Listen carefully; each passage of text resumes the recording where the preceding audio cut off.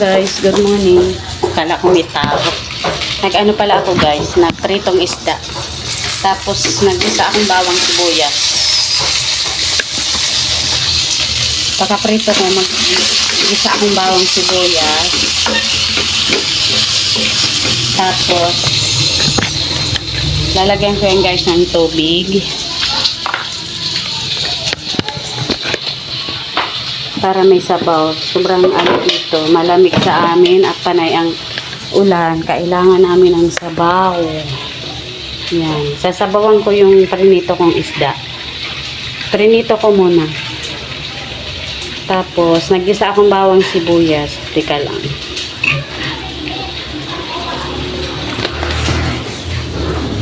Guys, ginisa ko yung bawang sibuyas, saka ko siya tutubigan. Yan.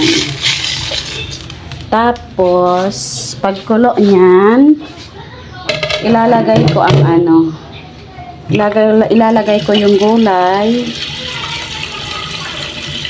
Ganyan ang luto ko guys. Lalagyan ko siyang okra. Tsaka, yan. Dadagdagan ko ang sabaw kasi yung mga aso ko. Yung mga aso guys, mahina silang kumain na walang sabaw. Kailangan nila may sabaw lagi. Ayan yung okra, ihahalo ko. Aasiman kong kalamansi. Ito yung isda. Pagkulo ilalagay ko yan guys. Tapos itong okra. Itong okra galing na to sa tanim nila mama guys. Hindi na ako nabiling okra. Ayan pa oh, sobrang dami. Nang-harvest namin kahapon. Kaso malakas ang ulan. Ayan. Tapos ito, ilalagay ko yan. Talbos ng kamote. Itatry naman natin ang ibang luto guys. Yan, wala akong ibang maisip na ulam. Papakuluin ko yung tubig. Tapos, lalagay ko yung, isasabay ko na yung okra kasi yung okra pala ay matagal-tagal.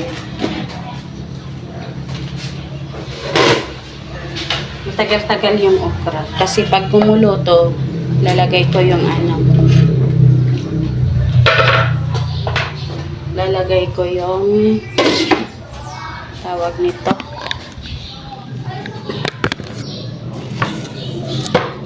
Dahon ng kamote. Ang kamote galing na din dyan sa garden. Kaya kalamansi na lang binibili ko. Kaso gusto ko yung maasim na maasim.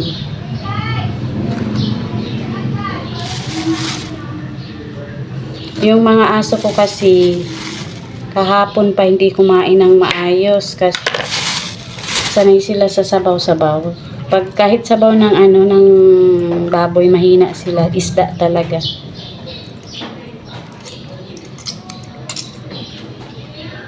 Sa adobo naman kailangan manamis-namis. Diba? Napaka ng mga aso.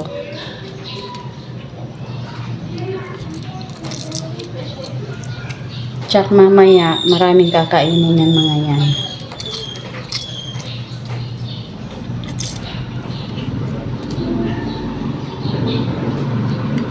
Yan, marami akong kalamansi tikal.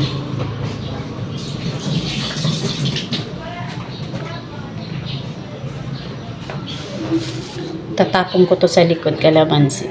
Teka lang. Kulo na guys, lalagay ko na yung isda. Masarap to sa tag-ulan. Palinitong isdang sinabawan.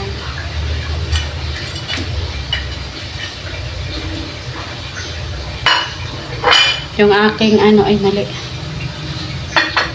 Yung aking onika iha, paborito to. Pag ito ang niluluto ko. Gustong gusto nila yan. Lalagay ko na tong talbos.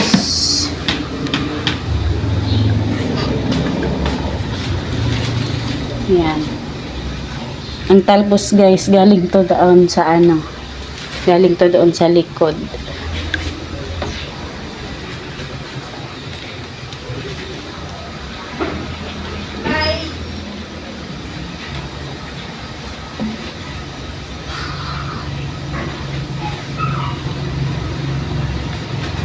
Tapos papaliguan ko na ang aking mga alaga kasi kakain sila.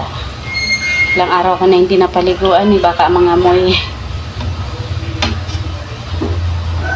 Yummy!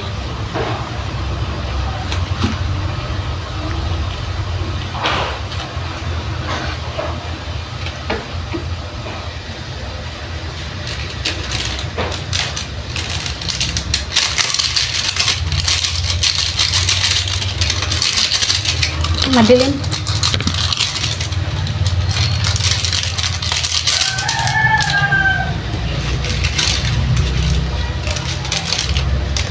Mahirap pala guys pag nagbe-video tapos na-i-upload ko na.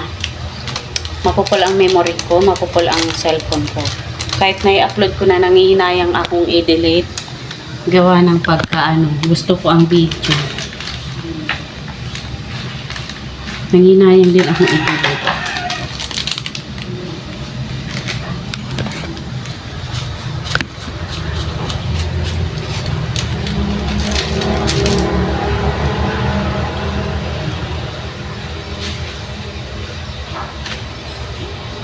Hindi na ako gaano nabiling mga gulay-gulay kasi nga mayroon na kaming talbos ng kamuti, may kangkong, may gabi, ang tawag nito, may talong, may okra. Kalamansi na lang. Yes. Yun ang maganda sa may natatanim-taniman, may space.